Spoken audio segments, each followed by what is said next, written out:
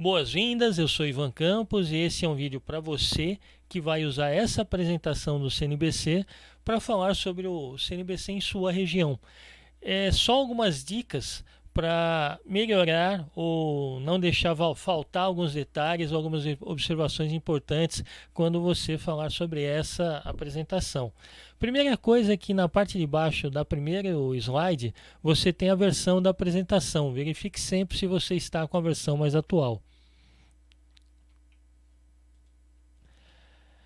No segundo slide temos o nome inteiro do conselho e já é bom especificar que o CNBC ele começou focado em bombeiros civis, mas que ele acabou amparando outros profissionais de outras áreas que buscaram o CNBC para fazer parte também desse grupo que tem o Conselho Nacional de Autorregulamentação como um amparo.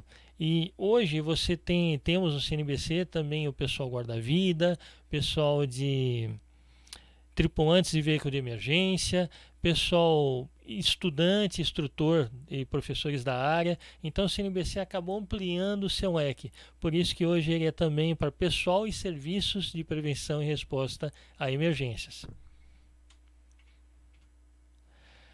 Esses são os 5 itens que pretendemos abordar. É necessário fazer uma introdução primeiro, porque o público geral ele desconhece que existem os setores que vamos falar a seguir.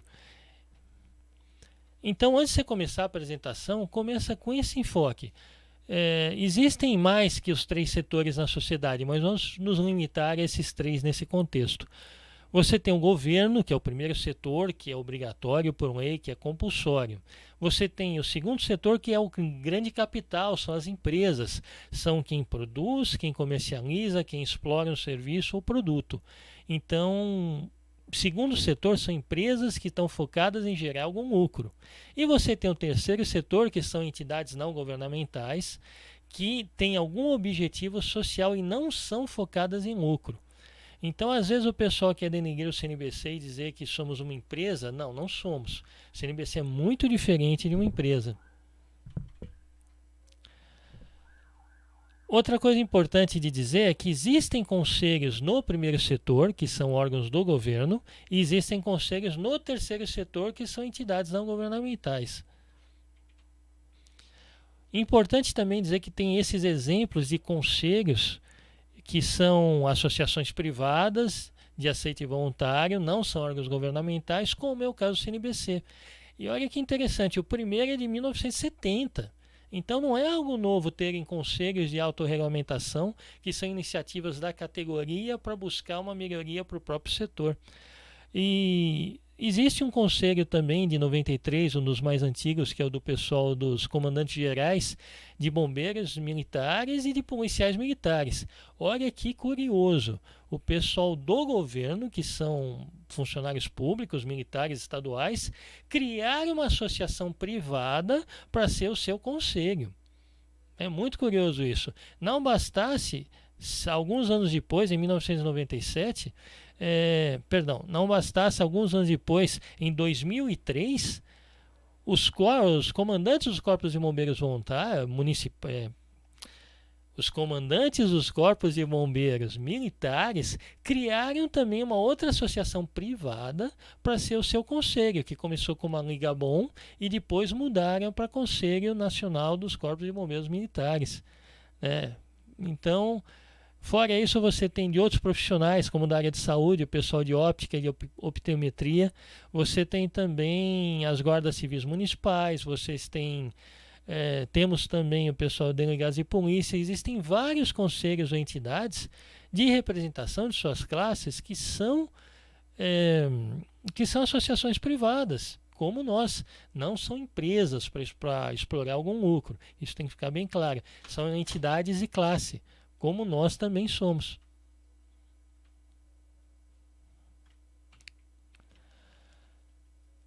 Outro detalhe importante é que alguns conselhos que hoje são autarquia e passaram a ser do primeiro setor ou ter características de poder público, começaram como entidades privadas da mesma forma que nós.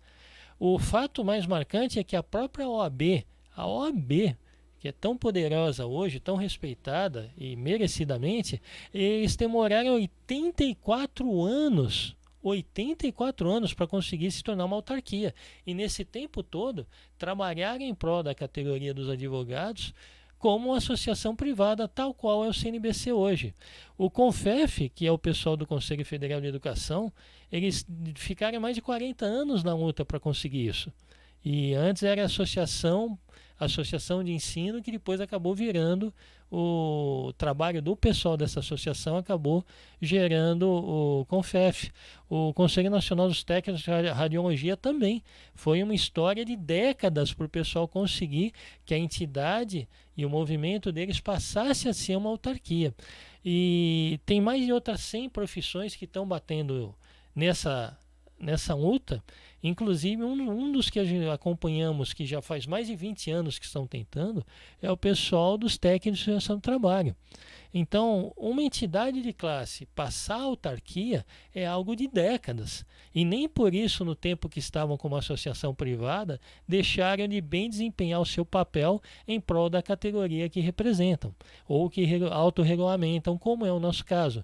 Então, o CNBC, além dele não ter nada de extravagante em sua concepção, ele está dentro do trajeto normal do caminho que foi trilhado por outras entidades. Às vezes aparece um grupo dizendo: não, vamos fazer o Conselho Federal até o fim do ano está pronto. É mentira.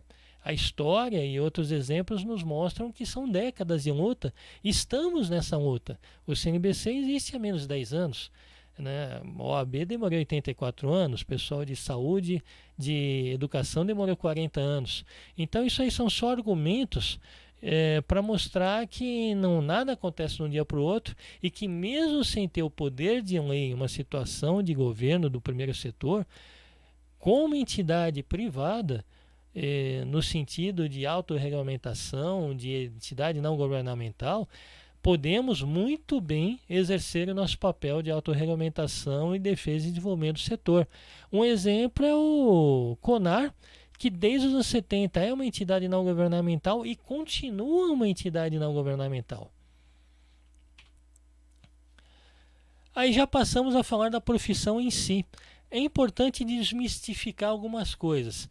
Tanto o bombeiro e a bombeira quanto o guarda-vida, eles podem ser civis ou militares. Os dois profissionais, eles podem ser ou civil ou militar. Os dois, independentes de serem civis ou militares, eles podem atuar no serviço público ou no serviço privado. Como assim o bombeiro civil pode trabalhar no serviço público? Se ele for contratado por um município, como bombeiro municipal, se ele for conveniado a uma entidade de ajuda humanitária que tenha um convênio com a Defesa Civil, ou com o município, ou com o governo do estado, até com o governo federal, para prestar atendimento público, também pode. Então, esse negócio que bombeiro civil é só privado, só para empresa intramuros, não é uma verdade. O guarda-vida também. E ele pode ser remunerado ou voluntário, tanto um quanto o outro. Normalmente o militar nunca trabalha como voluntário enquanto bombeiro militar, mas ele pode, fora do serviço militar, oferecer os serviços voluntários. O civil é a mesma coisa. E onde que ele atua? Ele pode atuar em municípios, empresas, comunidades. O campo é muito vasto.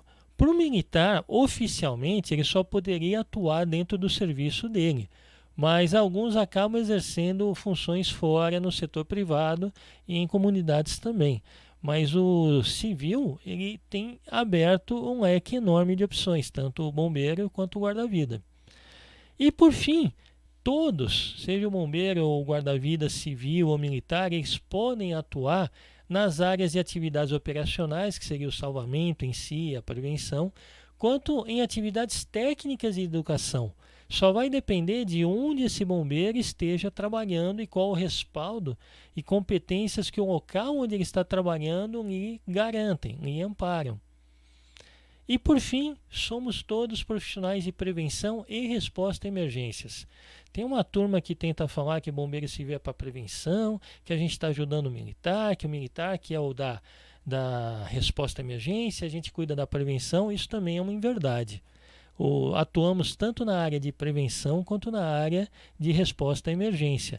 De novo, tudo vai depender de quanto você tem de competências e respaldos que lhe são garantidos pelo teu empregador, seja um serviço voluntário, remunerado, público, privado.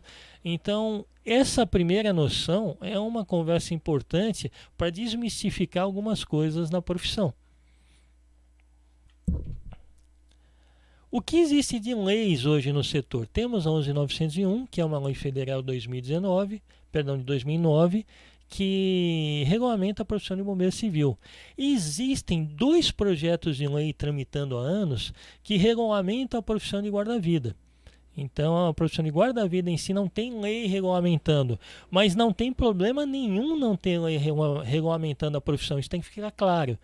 Das milhares de profissões que existem no país, menos de 70, se eu não me engano, tem leis que regulamentam. Então, não é porque não tem uma lei que regulamenta a profissão que ela não é legítima, não é válida, muito pelo contrário.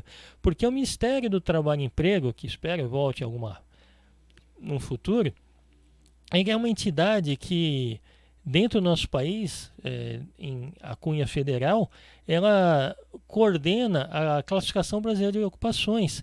E por essa classificação estão milhares de profissões e ocupações lá descritas, reconhecidas e com número CBO, que é o que vai na carteira de trabalho, no contrato de trabalho quando é registrado. E os bombeiros e guarda-vidas, eles estão ali na família 5171. Então você tem a família 5171, 10, 15, várias profissões da nossa área entre bombeiros e guarda-vidas que estão lá descritas e reconhecidas e validadas em nosso país através da CBO, que por acaso também é algo dos anos 70, que foi evoluindo com o tempo. Além da legislação, nós temos algumas leis e normas. Faltou um slide aqui. Eu vou acrescentar um slide que ele tem, que essa é a parte das leis. Um segundo slide fala de normas, que ele vai falar das normas ABNT que são aplicáveis à profissão, que é a 14.608, a 15.219, algumas normas ABNT que são aplicadas. E as normas ABNT são importantes na nossa área porque o conceito jurídico de imperícia é inobservância de normas técnicas aplicáveis. Então, se você tem um serviço de bombeiros ou uma escola que dá curso que não observa o que existe de norma técnica aplicável, essa entidade, esse serviço, esse curso, ele está ingerindo em imperícia. Está criando uma condição de imperícia e isso está respaldado uma proteção contra essa situação pelo Código de Defesa do Consumidor, que é outra lei federal, está lá explícito nas cláusulas abusivas. Então é importante o detalhe das normas técnicas e, na sequência, nós temos as diretrizes de autorregulamentação do CNBC, que são também instrumento muito importante, mas que, como vimos antes, não são obrigatórias compulsórias, são de aceite voluntário e dependem da conscientização da população, do nosso setor, do nosso público em especial, porque caso contrário ficamos incompletos. Para se ter ideia, em 2012 já tínhamos o Código de Ética, depois foi a norma ou diretriz. É importante mencionar que o CNBC ele tinha normas nacionais. Aí, para não confundir com outros dispositivos, como NRs, que são normas regulamentadoras do Ministério do Trabalho, ou NBRs, que são normas brasileiras regulamentadoras da ABNT, o CNBC adotou o termo diretrizes. Então, o CNBC, as normas do CNBC já publicadas foram atualizadas para diretrizes, para ter um conceito único, um termo único. Quem publica diretrizes nacionais no nosso setor? O CNBC, que são complementares e até independentes dessas outras disposições. E é importante frisar essas primeiras 4 diretrizes nossas, que foi o uniforme e simbologia. Ela é extremamente importante porque até existia essa norma em 2012 no país, essa diretriz em 2012 no país, todo mundo imitava o uniforme do Corpo de Bombeiro. Isso dava muita confusão, muito problema que existe até hoje. Depois disso, teve gente que não adotou o padrão nacional ainda, que continua em desenvolvimento, em crescimento, mas que parou de usar e imitar o do Corpo de Bombeiro. Então, militar. Então, isso aí ajudou bastante a transformar direta e indiretamente. A outra norma Outra diretriz muito importante nossa é a de implantação e adequação de serviços. Essa diretriz é fundamental porque é ela que é a base dos projetos de lei que temos para dar um dimensionamento e uma implantação e uma adequação de serviços de bombeiros em municípios, empresas e comunidades. E de serviço de guarda-vidas também está contendo nesse documento. Então ele passa a ser algo que é uma primeira referência nacional que temos, independente de ser não governamental, mas é o primeiro documento técnico disponível que pode ser adotado pela sociedade como parte do seu programa de qualidade interno. Isso é muito importante frisar. Nenhuma diretriz do CNBC é obrigatória, compulsória, exceto que alguma lei em algum lugar diga, olha, se baseia para tal situação, é o que vale a diretriz CNBC. Pode acontecer, já aconteceu de ABNT, normas ABNT serem mencionadas em algumas legislações. Diretrizes CNBC podem vir a ser mencionadas também, como já são em alguns municípios e tramitam em alguns estados. Depois você tem essa 07 de 2013 é uma diretriz muito importante, porque ela foi uma resposta a casos de mortes que aconteciam de profissionais, de estudantes em cursos de formação. Com aquela ideia de base selva e situações absurdas, houveram 3 casos de mortes no país e dezenas de casos de ferimentos, reclamações e maus tratos. Então, essa norma, essa diretriz, ela cria condições de você não ter situações de dano ao aluno e complicações legais à entidade de ensino e preserva e protege tanto o estudante como instrutores, entidades e complicações decorrentes de abusos em cursos de formação. Algumas diretrizes que estão sendo trabalhadas, algumas há anos já, outras há meses, mas são os próximos programas para esse semestre do CNBC. O programa de qualificação, complementação e requalificação profissionalizante.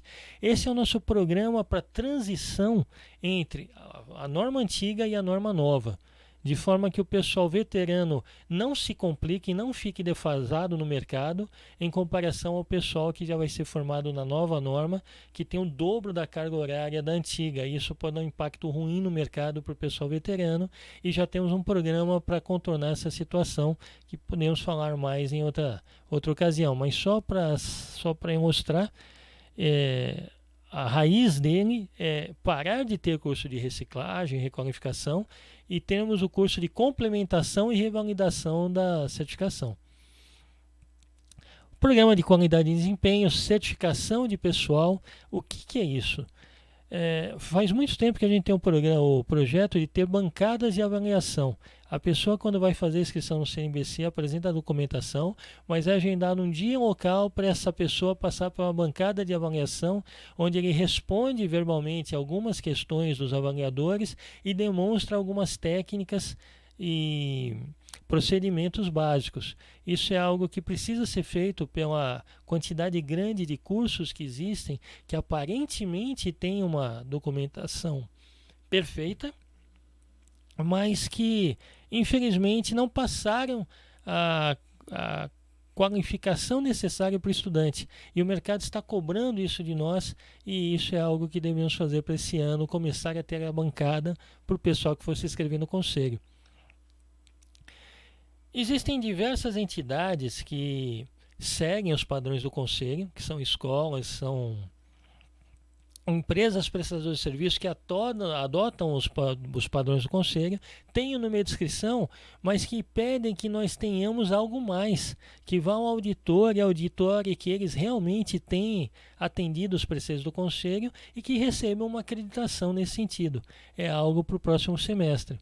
E, por fim, os projetos de cursos técnicos e bacharel. Está sendo realizada uma diretriz do CNBC nesse sentido, para que seja apresentada em instituições de ensino técnico e superior, para que possam começar esses cursos no país. Temos o organograma, a linha de tempo para que isso aconteça a partir de 2020 agora. Falando mais do CNBC. Os objetivos do CNBC estão aqui. A autorregulamentação do setor, já foi explicado o que é. Intermediação de conflitos, o que é isso? O Corpo de Bombeiro Militar começa a perseguir uma empresa, ou um aluno com uma escola, ou um prestador de serviço com um cliente. Alguma situação envolvendo a área de bombeiro civil, onde surgiu um conflito com interesses que não estão se convergindo. O CNBC busca fazer uma intermediação desse conflito através de uma conversa entre as partes. Caso não surta efeito, então é encaminhado para o Ministério Público, uma instância do poder público maior. Promover o desenvolvimento do setor através de diversas atividades, além das publicações que fazemos, campanhas e combate a abusos.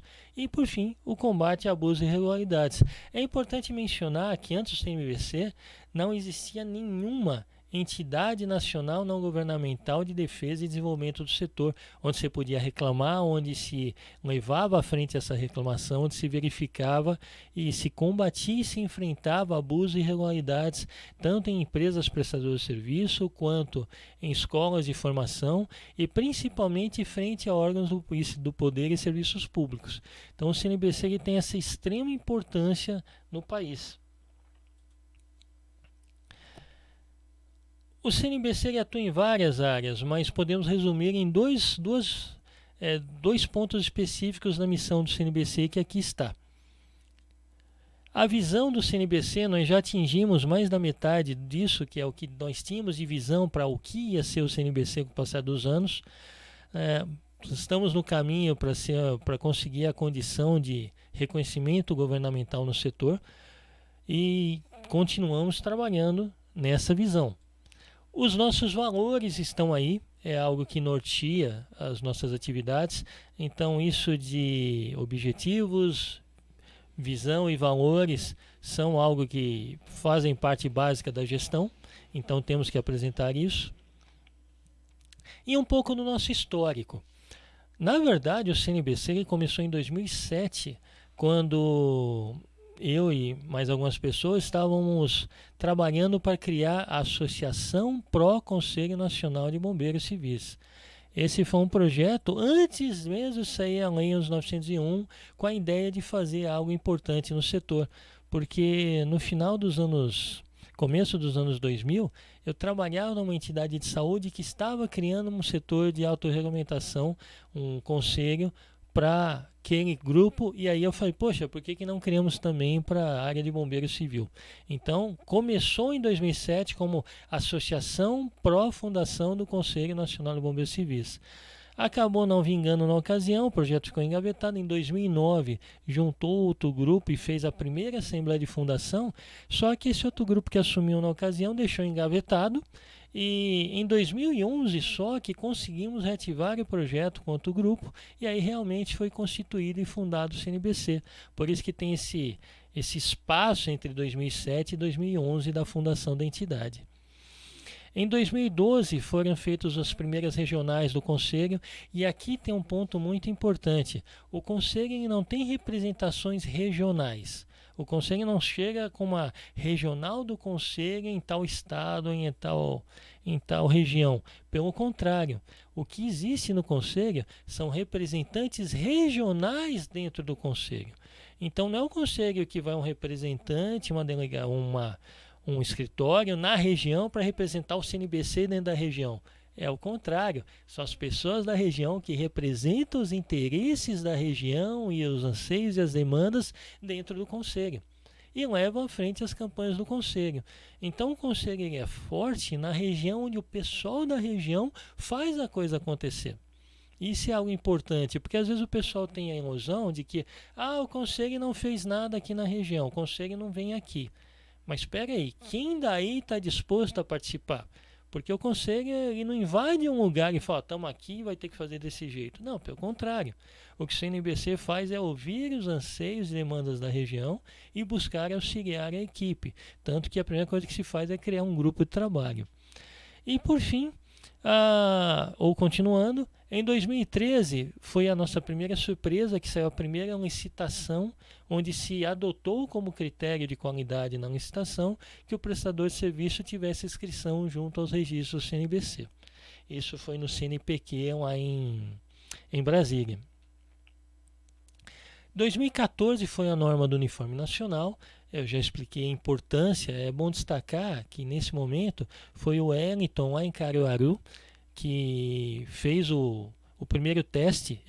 O uniforme padrão nacional foi desenvolvido aqui em São Paulo, junto com o pessoal da Militar Brasil, que é uma das melhores confecções profissionais de uniforme que encontramos na tradicional Avenida Tiradentes, que é um local muito conhecido no país inteiro para fabricação de uniformes profissionais, principalmente para o pessoal de serviços policiais, militares, de segurança pública. E esse uniforme foi desenvolvido aqui e aí foi mandado para Caruaru, que foi o primeiro lugar onde 100 pessoas testaram esse uniforme durante um ano. Foi o período de testes deles antes de sair essa norma. Em 2015 conseguimos mudar a sede para Brasília. As primeiras leis municipais, estaduais começaram a sair com alguma referência ao CNBC foram em 2016. Então já existem alguns municípios que têm lei que adotam os preceitos do CNBC. Em 2017, algumas pessoas de má fé tentaram denunciar o CNBC como se passando por uma autarquia ao Ministério Público. Foi feita toda uma investigação, apuração do Ministério Público, o CNBC foi inocentado da acusação, foi feito um ajuste de conduta para que alguns termos ficassem mais claros ainda, que o CNBC não é uma autarquia, não estava se passando por tal, e foi interessante que nesse momento que o CNBC foi reconhecido pelo Ministério Público como uma entidade de autorregulamentação, e a partir daí foi incluído o termo em nosso nome, nossa razão social, e passamos a ter uma relevância, uma seriedade, uma importância ainda maior do que já tínhamos pela responsabilidade do termo de entidade nacional de autorregulamentação. E essa denúncia falsa que chegou e acabou evoluindo para a Procuradoria-Geral da República, curiosamente também não tivemos nenhuma condenação, nenhuma multa, nenhuma punição, porque foi explicado e foi mostrado a boa fé e a seriedade dos trabalhos do Conselho e sua importância no país. E curiosamente, a Procuradoria-Geral da República nos reconheceu também como entidade de intermediação de conflitos, além da entidade de autorregulamentação. Então, temos esses dois termos, esses dois reconhecimentos em termos assinados junto com essas entidades. Então, o CNBC, entre 2017 e 2018, ganhou uma relevância e um peso muito maior para a sociedade. Assim, eu estou contando detalhes maiores porque alguma pessoa perguntando durante a apresentação, você tem mais informações para passar. Se em algum momento a pessoa perguntar algo que você não sabe, você pode falar, olha, no final tem os nossos contatos, eu vou pedir que você anote e formalize essa pergunta porque eu não tenho informação para te passar nesse momento. Tá? Mas vamos lá. Algumas estatísticas importantes que mais de 500 empresas já buscaram o CNBC para ter inscrição, e mais de 10 mil pessoas também já buscaram inscrições nos registros.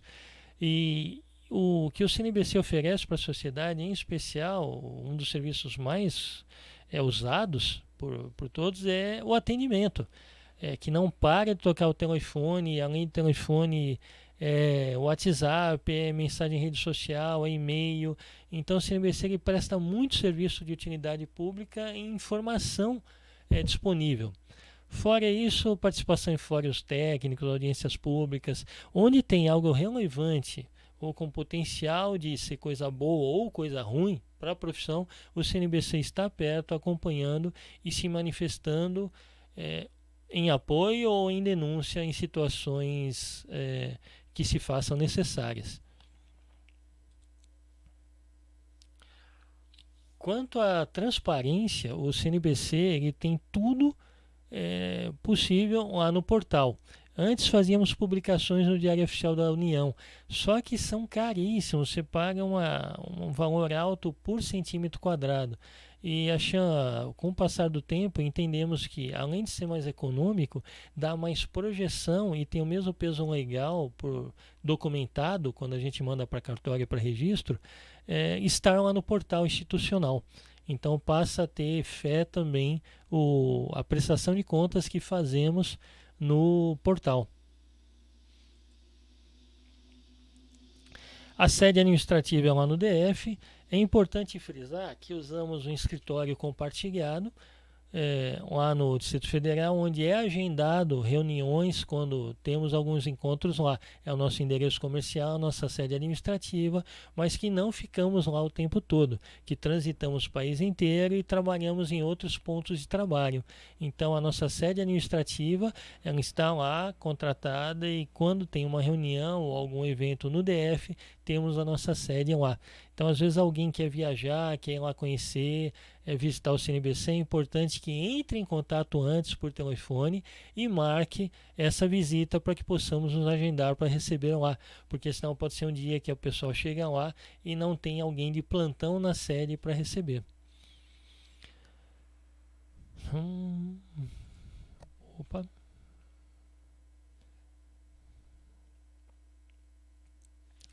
Áreas de atuação. O CNBC atua em todas essas áreas, então é uma entidade muito ampla, muito importante, tanto um exemplo, a autorregulamentação são as normas, nossas diretrizes publicadas e outros preceitos. Intermediação de conflitos é algo que é um serviço muito procurado, principalmente para o pessoal contra o setor público, o pessoal de Corpo de Bombeiro Militar. Proteção e defesa de direitos é justamente o enfrentamento aos abusos que acontecem no setor. Produção e difusão de conhecimentos. As nossas diretrizes, as nossas publicações técnicas passam a ser referência e conhecimento no setor, além dos eventos que fazemos, como encontros, congressos e outros. Projetos de lei e processos legislativos. O CNBC tem uma participação muito incisiva, muito ativa, muito participativa, tanto dentro do Congresso Nacional quanto nos municípios e estados. É bom deixar isso claro, porque tem um outro grupo que se identifica como o único representante, o único que pode, e não é verdade. Toda entidade, todo expoente da sociedade civil organizada pode participar de entidades, eventos e fóruns técnicos e audiências e projetos legislativos, como nós participamos também. E que serviços de interesse que o CNPC presta? Além do atendimento e orientação, a inscrição e consulta ao registro, que é um dos nossos serviços mais importantes, o setor de reclamações e denúncias, onde fica a lista de denúncias e reclamações. Isso é ótimo, porque se uma escola, uma empresa ou um profissional apronta alguma, você tem aonde reclamar. Essa reclamação vai para a lista, o CNBC apura se a reclamação é válida ou não, a pessoa tem o direito de resposta dela, ou a empresa tem o direito de resposta, e dependendo da proporção da denúncia que é feita, é encaminhado ainda para o Ministério Público para providências maiores, além de ficar lá na lista de reclamações e denúncias. Serviços de consulta e auditoria. Como que funciona isso? Por exemplo, há um tempo atrás, uma aluna de uma escola entrou com uma queixa no CNBC porque dizia que o certificado não era válido porque não atendia a norma. Foi entrada em contato com a direção da escola e foi um auditor do CNBC, na verdade a auditoria foram 2 auditores, um auditor do CNBC e outro auditor independente, e os 2 juntos fizeram uma avaliação, passaram um dia lá levantando informações para gerar um laudo técnico do CNBC sobre essa auditoria feita no ensino lá. Então, o CNBC presta esse tipo de serviço também, principalmente a parte de consultas. Como que funciona? Uma pessoa, uma empresa tem alguma dúvida técnica, ética ou legal sobre a área, encaminha essa dúvida gera uma consulta e volta um documento com essa consulta formal para o solicitante. A parte de encontros e eventos técnicos é algo que vamos fazer muito mais para esse semestre. A parte de ensino e pesquisa. O CNBC não vai ser uma escola para concorrer com outras escolas. A parte de ensino do CNBC ela é muito específica para o pessoal de ensino. Seria o ensino para o ensinador. Ou melhor dizendo, é algo específico para escolas e instrutores, para que se tenha uma apostila nacional, para que se tenha um manual brasileiro de formação, para que se tenha uma linguagem básica que seja coerente em todo o país. Cada empresa, cada escola vai poder acrescentar o seu diferencial em cima desse, mas os que forem inscritos no CNBC, nós esperamos que tenham um padrão nacional a seguir de formação também mínimo, que não é só o que está na norma técnica ABNT, é algo mais desenvolvido, é algo com aquela base, mas que seja mais fácil de mensurar, implementar e manter. E a parte de informação e jornalismo, por quê? Se percebeu desde o ano retrasado, muito antes de todas aquelas fake news e barbaridades que se viu na eleição presidencial que teve no fim do ano de 2018, muito antes disso, em 2016, 2017, o CNBC já vinha sofrendo ataques difamatórios, de fake news.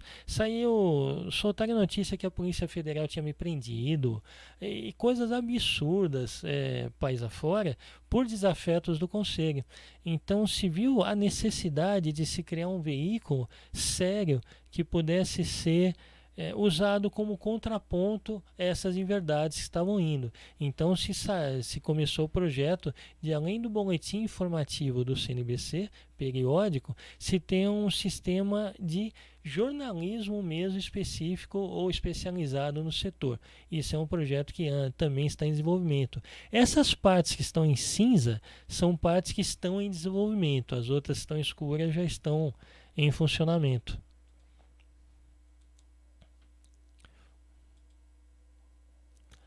Bom, mas enfim, o CNBC tem quase 10 anos. O que o CNBC fez afinal? O que ele tem de útil afinal?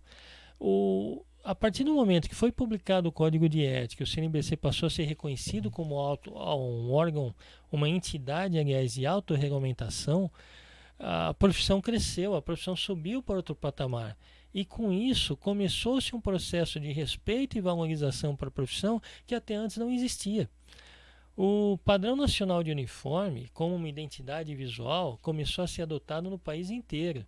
E o fato que isso trouxe para o nosso país foi que começou-se a se enxergar o bombeiro civil como uma união, começou a se enxergar como um profissional que está presente no país inteiro, que você olha e reconhece por aquele uniforme a pessoa que é um bombeiro, seja em qual lugar do país você esteja. O sistema de registro no Conselho e o cartão RENAP, que passou a ser a identificação do profissional do inscrito no CNBC, começou a ser exigido por autoridades e por empresas como um dos critérios de avaliação da qualidade do reconhecimento daquele profissional. Então, a lista de reclamações e denúncias, ela também começou a transformar o setor. Porque antes disso, qualquer um fazia o que queria e dane-se. Era bem assim. Depois que o CNBC passou a publicar reclamações, passou a investigar, apurar denúncias, o mercado começou a tomar mais cuidado, aquele pessoal que aprontava tudo de qualquer jeito. As publicações técnicas foram as primeiras do país. Nunca houve publicação técnica não governamental específica e ampla na área de bombeiro civil, como as cartilhas e outras publicações do CNBC. E o mais importante, começou a ter uma relevância, tanto governamental quanto na sociedade e a profissão. Tá, mas o que isso aí, como diz o pessoal, e no meu bolso, o que isso tem de vantagem? Na prática, com o reconhecimento e valorização da profissão, você começou a ter uma maior organização, começaram a ter a constituição de sindicatos onde não tinham, de associações de representação onde não tinha, de mais escolas, mais empresas, começou a se esquentar mais o mercado e se ampliar mais oportunidades de trabalho. As normas técnicas ABNT que já existiam, todas foram revistas e tivemos um papel muito importante nesse trabalho. E as primeiras diretrizes saíram, as primeiras leis saíram. A adoção do uniforme começou a combater essa coisa do pessoal imitar o uniforme de bombeiro militar e dar muita complicação. E, mais importante, começou um processo que é lento, mas crescente de aquecimento do mercado. Hoje você tem os bombeiros nível 1, 2 e 3, que já começam a ser assimilados. Isso não existia, foi uma implantação do CNBC. Responsável técnico também não existia, também foi uma implantação do CNBC no mercado. A acreditação do mercado ao cartão RENAP, isso foi uma conquista de quase 10 anos. Os preceitos de qualidade e desempenho antes não tinha, né? Tava lá e Deus que ajude. Né, o enfrentamento a denúncias e abusos nunca foi tão forte. Hoje os alunos ou os profissionais pegam as publicações do CNBC e vão confrontar a secretaria de escola, o empregador, para falar: olha, o parâmetro aqui não é esse. Então, isso tudo resultou na confiança e melhora da visão do profissional no mercado. Estamos acabando. Como que você participa? Como que você tem esse amparo, esse reconhecimento? Como você faz parte dessa união nacional que o CNBC faz pelo desenvolvimento da profissão? A primeira coisa é a inscrição nos registros. Você ter a sua inscrição. Você se inscrever como profissional ou como estudante ou como empresa. Se tem uma empresa, uma entidade de ensino, uma prestadora de serviço, a mesma entidade que produz alguma coisa para a área, todas podem solicitar inscrição no CNBC e com isso ajudam a fortalecer a imagem da entidade e o mercado como um todo. Agora, mesmo que você não queira participar do CNBC, não quer registrar, mas eu queria acompanhar, queria ajudar. Você pode opinar nas consultas nacionais que o CNBC faz. Sempre que é renovada uma diretriz ou vai sair alguma publicação relevante, uma convenção nacional sobre algum tema ou algo assim, o CNBC disponibiliza isso com acesso público e amplo no site. E independente de você ter inscrição ou não, você pode ir lá e manifestar sua opinião nessa consulta nacional. E também você pode assinar manifestos e campanhas que o CNBC faz em prol da profissão. E por fim, a partir do momento que você tem inscrição no CNBC, você pode juntar algumas pessoas com a mesma afinidade e criar um grupo de trabalho em sua região, que aí você passa a representar a sua região dentro do CNBC. Olha que coisa boa, basta você ter inscrição e interesse em constituir um grupo de trabalho. E mais para frente, passando um tempo conforme o estatuto pede, você pode até formar uma chapa para concorrer à presidência e à diretoria do CNBC em eleições que são a cada 5 anos. O que é a inscrição nos registros CNBC? O pessoal tem que entender, e é importante mencionar isso, que a inscrição no registro é um compromisso que a pessoa faz em atender o Código de Ética e as diretrizes e preceitos de autorregulamentação do CNBC. Então ela não recebeu aquele cartão com número à toa, não é uma carteirinha. Aquilo é um documento que comprova que a pessoa assinou um compromisso junto a esses preceitos de autorregulamentação. E por isso que é algo tão valioso para o mercado. E por isso que é algo tão relevante. Então, quando alguém tem um cartão RENAP, a pessoa não tem só aquele cartão. Aquele cartão ele é só um comprovante do compromisso que ela tem com tudo de publicação que o CNBC tem de código de ética, de normas de qualidade, de conduta técnica. E volto a dizer, por isso que o mercado, mesmo sendo algo que não é compulsório por lei, algo que é voluntário, o mercado passa a adotar como critério de qualidade em processo seletivo, em licitação e outras situações. Agora, quem que pode se inscrever no CNBC? Essas pessoas, esses profissionais dessas áreas, e é bom especificar para todo mundo. E quais entidades podem buscar a inscrição? Essas todas. Nós já temos pedido de inscrição de serviço de bombeiro municipal, de entidade governamental municipal pedindo inscrição no CNBC, para adotar os preceitos e ter um amparo também. Não é só o setor privado, o setor público também já busca inscrição no conselho. Então é algo muito grandioso. Apesar de ter gente falando que coisas ruins, quando você conhece a história verdadeira, você vê o que acontece, o que realmente o CNBC tem impactando e tem transformando o mercado e a profissão esses anos, é algo assim excepcional. E aí sempre tem aquela pessoa que, mesmo você falando isso tudo, a pessoa levanta a mão e fala: mas qual que é a vantagem? O que eu ganho se eu me inscrever? Essas são algumas das vantagens. Principalmente você ser reconhecido e aceito. Por que ser reconhecido? Por que ser reconhecido e aceito? Porque tem muitos pedidos de inscrição que são recusados porque não atendem critérios mínimos. Então, quando uma pessoa tem um registro, um cartão RENAP, é porque ela realmente atendeu o mínimo necessário previsto por norma técnica e outros preceitos. Então, ter um cartão CNBC, ele chega, o registro RENAP, ele não é só chegar e pedir. Passa por uma análise, é algo assim criterioso. E, de novo, é por isso que o mercado aceita e cada vez reconhece mais o cartão CNBC, o registro RENAP. Enfim, muito obrigado. Dúvidas, se abre espaço para o pessoal perguntar alguma coisa, mas aí você já joga para o último slide, que é onde estão os contatos nossos, e ficam esses contatos para o pessoal ir anotando enquanto for perguntando, vou conversando. Eu acabei demorando um pouco nessa apresentação, porque a gente fez meio que um bate-papo aqui, só de um, mas foi um bate-papo contando histórias, mas vocês já têm uma base de informações mínimas para pôr nessa apresentação, nessa conversa. Qualquer dúvida, entre em contato, a gente vai conversando. Detalhe, esse vídeo não é um vídeo aberto, não é um vídeo para distribuir, não é uma apresentação institucional. Isso é uma conversa minha com você, que é secretário, que é coordenador de grupo de trabalho, alguém que participa dos trabalhos do CNBC e vai usar esse PowerPoint para fazer uma apresentação em sua região. Então, por favor, não soltem esse vídeo por aí, porque ele é uma conversa mais informal nossa.